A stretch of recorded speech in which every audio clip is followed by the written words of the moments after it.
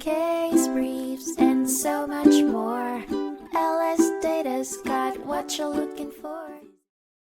In 1987, a landmark case known as Colorado versus Spring altered the way that Miranda rights are evaluated during investigations. The Supreme Court of the United States heard this case that began with the arrest of Colorado man John Leroy Spring. Spring was initially arrested for the interstate transportation of stolen firearms and for having discussed his involvement in a murder.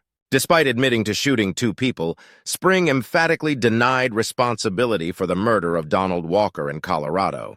However, in a dramatic twist, Spring confessed to the crime during a 4.5-hour interview with local law enforcement.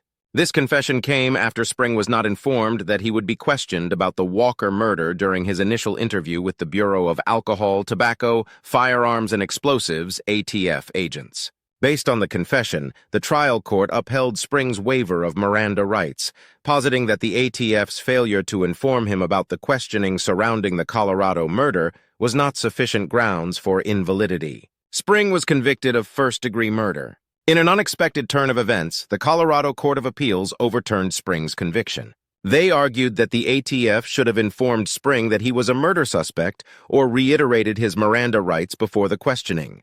The Colorado Supreme Court upheld this decision.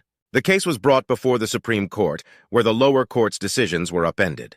The Supreme Court's ruling pivoted around the understanding that a suspect's waiver of Miranda rights is valid if made voluntarily, knowingly, and intelligently. They concluded that a suspect doesn't need to be aware of all possible questioning topics before interrogation. The suspect's knowledge of the investigation's full scope, the Supreme Court declared, was irrelevant in the context of a Miranda rights waiver's validity. This judgment, hence, established that Spring's waiver of his rights was valid, considering he had been fully informed about his constitutional rights.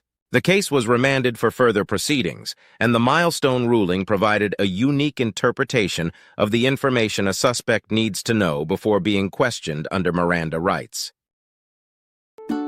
Case briefs, and so much more.